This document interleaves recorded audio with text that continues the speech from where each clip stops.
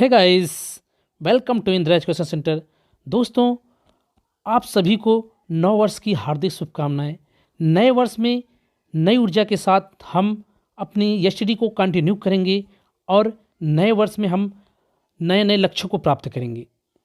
दोस्तों, इसी के साथ हमारी शिक्षा जो है वह देश हित में शिक्षा है, देश के लिए समर्पित शिक्षा है। दोस्तों, यदि आप लोग किसी भी परीक्षा की तैयारी कर रहे हैं तो आपको यदि फ्री मटेरियल या फ्री वीडियो चाहिए तो आप लोग चैनल को सब्सक्राइब करें, दोस्तों में शेयर करें और लाइक करें। तो दोस्तों, आज हम पढ़ेंगे थार्नडाइक या थार्नडाइक के दिए हुए सिद्धांतों के बारे में पढ़ेंगे। तो इसी के साथ कंटिन्यू करते हैं। सबसे पहले देखेंगे थार्नडाइक। थार्नडाइक ने ये एक सिद्धांत दिया था, प्रयास एवं त्रुटि का सिद्धांत, क्योंकि बार बार यही सिद्धांत पूछा जाता है, प्रयास एवं त्रुटि का सिद्धांत। प्रयास एवं त्रुटि का जो सिद्धांत है इनको हम अलग अलग नामों से भी जानते हैं। यह जो आपके हैं, यह कौन है? यह है थार्नडाइक महोदय। कौन है? थार्नडाइक महोदय यह है। अब हम देखेंगे जो परीक्षा की दृष्टि से इम्पोर्टेंट तथ्य बनते हैं उनको हम बारी बारी से देखेंगे। तो सबसे पहले देखेंगे कि जो यह थार्नडाइक है, इनका पूरा नाम क्या है? इनका पूरा नाम है आपका एडवर्ड थार्नडाइक। Edward Thorndike. इनके जीवन काल के बारे में देखेंगे तो इनका जीवन काल है 31 अगस्त 1874 से 9 अगस्त 1949 ईस्वी तक। कंटिन्यू करते हुए हम आगे बढ़ेंगे। तो पहला पॉइंट है हमारा कि थार्नडाइक क्या थे? एक अमेरिकी वैज्ञानिक थे। थार्नडाइक एक अमेरिकी वैज्ञानिक थे, या कह सकते हैं कि थार्नडाइक क्या के निवासी थे? तो अमेरिका के निवासी थे। और कहेंगे कि थार्नडाइक वास्तव में कहा जाए तो थार्नडाइक क्या था? एक पशु वैज्ञानिक थे, एक पशु वैज्ञानिक थे। और जो थार्नडाइक की उपलब्धियां हैं इसमें सबसे पहले देखेंगे कि अधिगम का सबसे पहला नियम, अधिगम का सबसे पहला नियम किसने दिया था? तो थार्नडाइक ने दिया था। थार्नडाइक महोदय ने दिया था। चाहे हम अधिगम का सबसे पहला नियम कहें या सीखने का सर्वप्रथम नियम किसने दिया? थार्नडाइक ने दिया। इसीलिए इन्हें हम क्या कहते हैं? इसलिए इन्हें हम क्या कहेंगे? शैक्षिक मनोवैज्ञानिक भी कहते हैं। शैक्षिक मनोवैज्ञानिक भी कहते हैं। अब हम देखेंगे कि थार्नडाइक महोदय ने थ्योरी कौन सी दी थी, उनकी थ्योरी के बारे में जानेंगे। तो थार्नडाइक महोदय ने थ्योरी दी थी S R theory. S R theory किसने दी थी? थार्नडाइक ने दी थी। अब देखेंगे ये यस आर थ्योरी है, इसमें यस का मतलब क्या होता है और आर का मतलब क्या होता है। यस मतलब स्टिमुलस, स्टिमुलस अर्थात इसे हम हिंदी में क्या कहते हैं? उद्दीपक। क्या कहते हैं? उद्दीपक। आर को हम क्या कहते हैं? रिस्पॉन्स, अर्थात हिंदी में कहेंगे तो अनुक्रिया। अब हम देखेंगे कि जो ये आर और यश है, इसी के आधार पर थार्नडाइक महोदय ने अपना पूरा प्रयोग किया है। तो इसलिए जो हम कहते हैं कि यश का मतलब क्या होता है? स्टिमुलस अर्थात उद्दीपक, और आर का मतलब रेस्पॉन्स। आर का मतलब आपका रेस्पॉन्स, जिसे हम क्या कहते हैं? अनुक्रिया। इसलिए इसे उद्दीपक अनुक्रिया सिद्धांत भी कहते हैं। उद्दीपक अनुक्रिया सिद्धांत भी कह देते हैं। तो दोस्तों, अब हम देखेंगे थार्नडाइक के नियम। थार्नडाइक ने कुछ नियम दिए थे, उनको हम बारीकी से देखेंगे। तो पहला नियम है आपका मुख्य नियम। इन्होंने 2 नियम दिए थे। पहला है आपका मुख्य नियम, दूसरा है आपका गौण नियम। अब हम देखेंगे कि मुख्य नियम के अंतर्गत कौन कौन से नियम आते हैं या मुख्य नियम के कितने भेद हैं। तो सबसे पहले देखेंगे कि मुख्य नियम जो है, मुख्य नियम के कितने भेद हैं या कितने अंग हैं। तो मुख्य नियम 3 है। कौन है? 3 है। यह बहुत ही इंपॉर्टेंट है और इन्हीं तीनों से क्या होता है? बारी बारी से क्वेश्चन पूछ लिया जाता है। तो सबसे पहले देखेंगे जो 3 नियम हैं, इसमें सबसे पहला है आपका अभ्यास का नियम। अर्थात जितना अभ्यास हम करेंगे, जितनी बार अभ्यास करेंगे उतनी बार क्या हो हमारे अंदर परिपक्वता, या बालक के अंदर क्या हो जाएगी? परिपक्वता आएगी। या हम बालक को जितनी बार अभ्यास करने के लिए कहेंगे वह क्या करेगा? वह उतनी बार, जितनी बार अभ्यास करेगा वह पहले की अपेक्षा वह क्या हो जाएगा? अगले पद में क्या हो जाएगा? वह परिपक्व होता जाएगा। दूसरा है आपका तत्परता का नियम। तत्परता का नियम, क्योंकि बालक जब कोई सीखता है या बालक को सीखने के लिए उसे तत्पर रहना पड़ता है, या उसके अंदर क्या होना है? वह क्यूरियोसिटी होनी चाहिए, वह इंटरेस्ट होना चाहिए, तभी वह अच्छे से सीख सकता है। और तीसरा है आपका प्रभाव, या इसी को हम परिणाम का नियम कहते हैं। प्रभाव या परिणाम का नियम। बालक जब कोई कार्य करता है तो क्या होता है? उस पर जो प्रभाव पड़ता है उस पर जो प्रभाव पड़ता है उससे क्या होता है, वह तत्पर होता है और उस कार्य को क्या करना है, करने की उसमें इच्छा होती है। तो हमने तीनों नियम को देखें जो मुख्य नियम के अंतर्गत आते हैं। अब हम देखेंगे गौण नियम। यह जो थॉर्नडाइक महोदय ने गौण नियम दिए हैं, यह कितने हैं, इसके कितने अंग हैं, 5 अंग हैं। तो इन 5 अंगों को हम बारी बारी से देखेंगे। पहला है आपका बहुप्रतिक्रिया का नियम, बहुप्रतिक्रिया का नियम। दूसरा है मनोवृत्ति का नियम। तीसरा है आंशिक क्रिया का नियम। और चौथा है आपका आत्मीकरण का नियम। और 5वां है सहचर्य क्रिया का नियम। अब हम आगे देखेंगे कि जो इनका प्रयोग था, इन्होंने प्रयोग किस आधार पर या किस पर किया था, या किस तरीके से इन्होंने प्रयोग करके अपने सिद्धांत को उजागर किया था। तो सबसे पहले देखेंगे प्रयोग। तो थॉर्नडाइक महोदय ने अपना प्रयोग किस पर किया था, बिल्ली पर किया था, बिल्ली पर किया था। यदि क्वेश्चन पूछा जाए कि थॉर्नडाइक महोदय ने अपने सिद्धांत के लिए किस जानवर पर प्रयोग किया था, तो वह किस पर किया था, बिल्ली पर किया था। अब देखेंगे इसमें कुछ महत्वपूर्ण तथ्य हैं कि जो अनुक्रिया करता है, जो अनुक्रिया करता वह कौन सी है, वह एक भूखी बिल्ली है। और उद्दीपक जो स्टिमुलस है वह क्या है, एक मृत मछली है, मृत मछली है। अब हम देखेंगे जो प्रयोग है इन्होंने कैसे किया था या किस आधार पर किया था।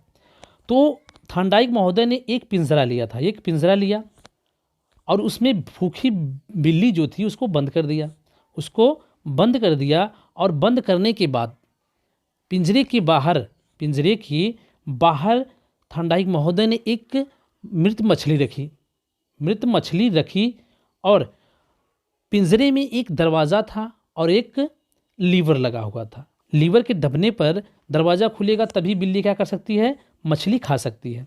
तो थॉर्नडाइक महोदय ने भूखी बिल्ली को अंदर रखा, इसके बाद बंद कर दिया। इसके बाद उन्होंने बाहर क्या किया, मृत मछली को रख दिया। तो बिल्ली जो थी, अब हम देखेंगे कि जो भूखी बिल्ली है वह बंद पिंजरे में कई बार अनेक क्रियाएं करती है। अर्थात कह सकते हैं कि जो भूखी बिल्ली है वह क्या, कि पिंजरे में इधर उधर दौड़ रही थी।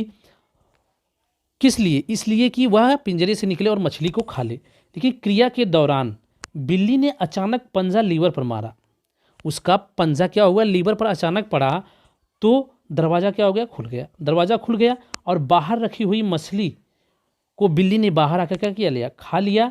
और वह उसने, या कहेंगे हम क्या किया, उसने लक्ष्य को प्राप्त कर लिया। अब हम देखेंगे चित्र के माध्यम से। तो देखेंगे सबसे पहले यह बिल्ली अंदर है, यह क्या है, एक बिल्ली है जो भूखी हुई है।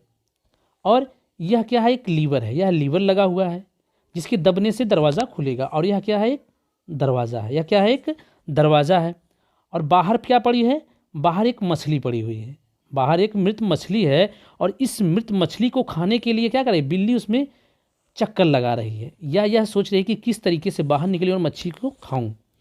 तो दोस्तों बिल्ली क्या करती है, बिल्ली इसमें दौड़ती हुई जाती है, लेकिन अचानक उसका पैर क्या होता है, इस लीवर पर पड़ता है। लीवर के पड़ते ही यह दरवाज़ा क्या होता है, ओपन हो जाता है।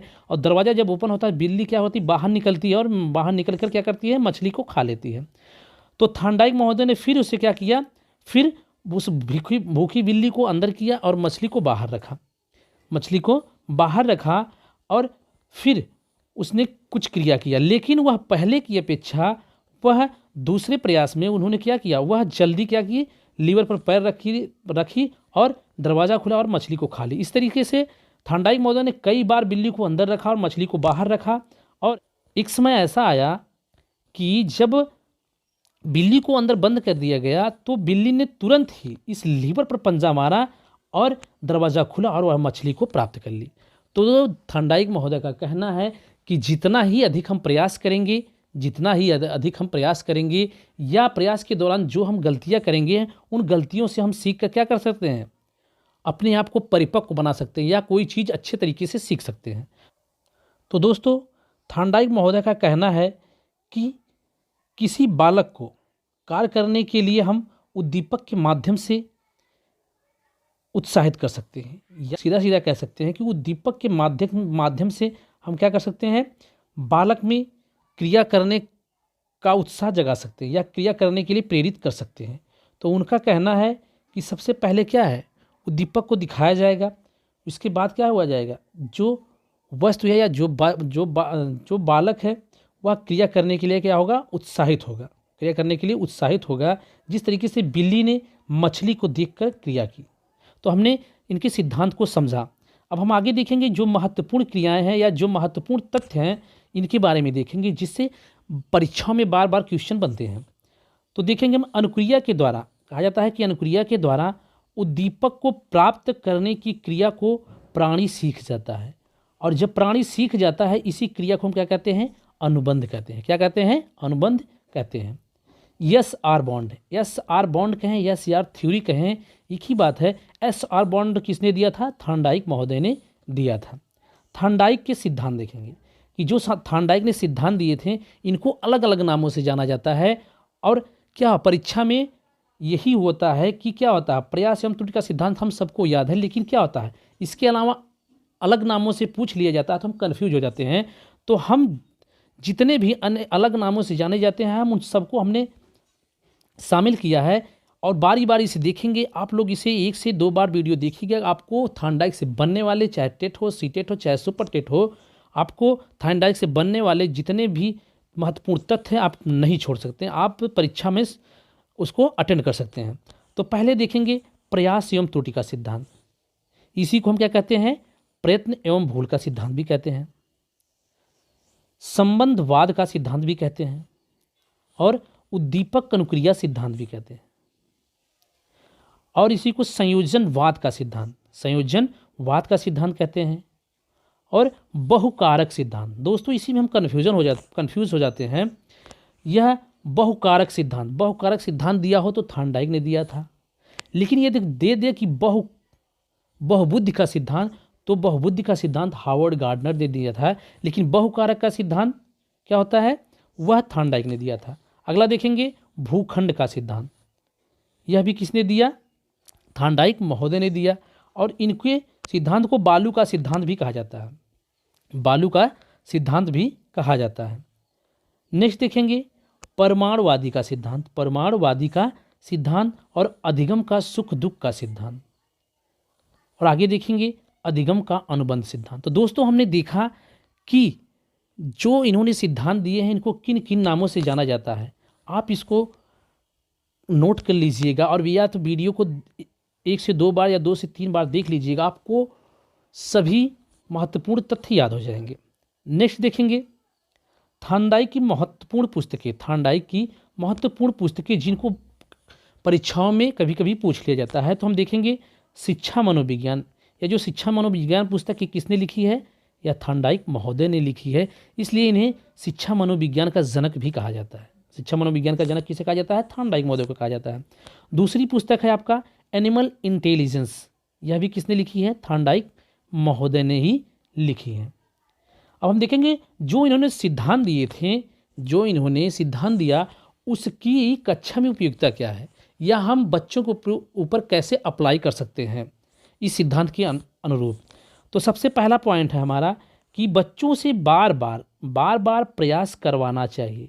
इनका कहना है कि बालक कोई भी क्रिया कर रहा है या कुछ भी सीख रहा है तो बच्चों को क्या करना, उस क्रिया के लिए, उस कार्य के लिए उसको बार बार प्रयास करने को कहना चाहिए, या बार बार प्रयास करने को उत्साहित करना चाहिए।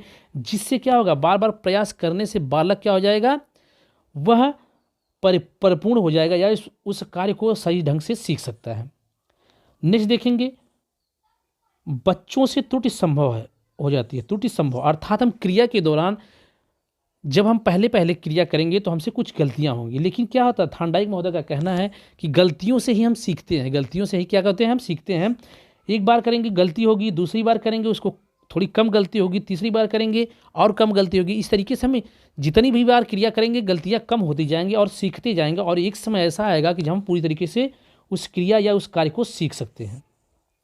नेक्स्ट देखेंगे शुद्ध उच्चारण, बालक इस सिद्धांत से ही सीखता है। यह कहेंगे कि किसी अक्षर, किसी शब्द या किसी वाक्य को हम या बालकों को बार बार बोलने के लिए या बार बार उसको प्रैक्टिस करने के लिए कहा जाए तो वह क्या हो जाएगा, वह उस वाक्य को कुछ समय बाद क्या हो जाएगा, शुद्ध उच्चारण करने लगेगा या उस शब्द को शुद्ध उच्चारित करने लगेगा। तो दोस्तों इसी के साथ थॉर्नडाइक महोदय से जितने भी क्वेश्चन बनते हैं, चाहे टेट, सुपर टेट या यूपी टेट हो, हमने सबको कवर किया है। इस वीडियो को यदि अच्छा लगे तो आप लोग ज़्यादा से ज़्यादा शेयर करें और यदि आप सब लोग सही से सपोर्ट करते रहेंगे तो आप लोगों को सभी मनोवैज्ञानिकों के सिद्धांत की थ्योरी आप लोगों को इसी तरीके से कंटिन्यू कर दी जाएगी और सभी क्लासें फ्री में मिलती रहेंगी, वह किसी भी विषय से संबंधित हो दोस्तों। तो इसी के साथ जय हिंद दोस्तों।